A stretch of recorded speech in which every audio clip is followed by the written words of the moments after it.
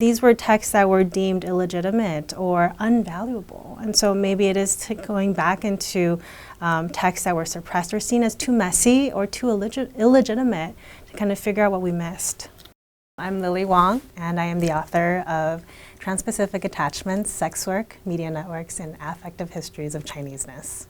The book traces what I call an affective history of the figure of the Chinese sex worker, right? So this is where the film and media comes in. That is so pivotal because I'm tracing a history, not necessarily of the sex worker per se, but the ways in which the figure has been historically represented, circulated, and consumed in Transpacific media networks, specifically from the 20th century onward.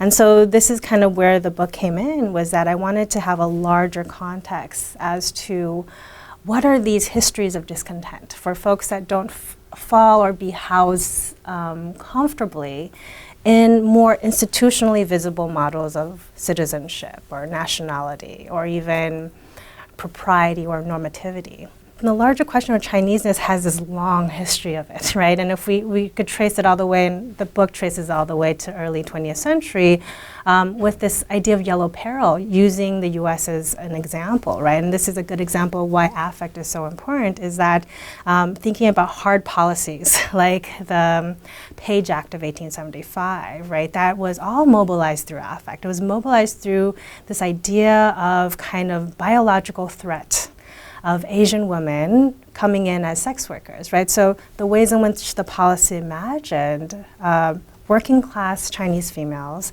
as all then being human trafficked in, right? So that is itself an affective response to then migration and labor. And what happened due to that was the kind of normalizing of hypersexualization of Asian women in popular discourses and popular consumption, right?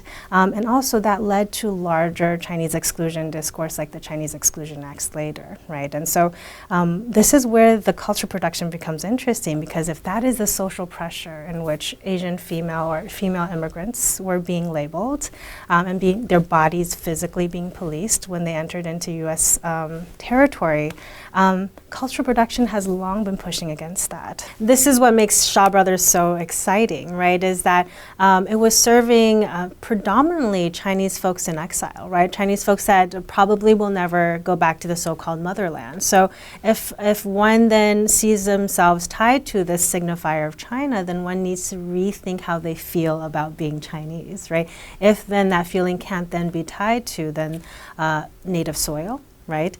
Or even if we're thinking about second or third generation, not even through native tongue, right? It can't even be through the mother tongue, right? And so this is where the Shaw Brothers industry becomes so interesting, because they think about their kind of big genres like the martial arts genre and the genre that I look at, the softcore porn genre, which oftentimes utilizes the imagination of a prehistoric China itself, right? So it plays with time and space in the ways in which you reconfigure then one's kind of belonging, not then tethered to then the social, historical, material circumstances of mainland China at the time, which to folks that were in exile in the Cold War, that was very real and true, right? That there needs then to be a retethering away from physical space and the actual geopolitics that was happening within mainland China itself.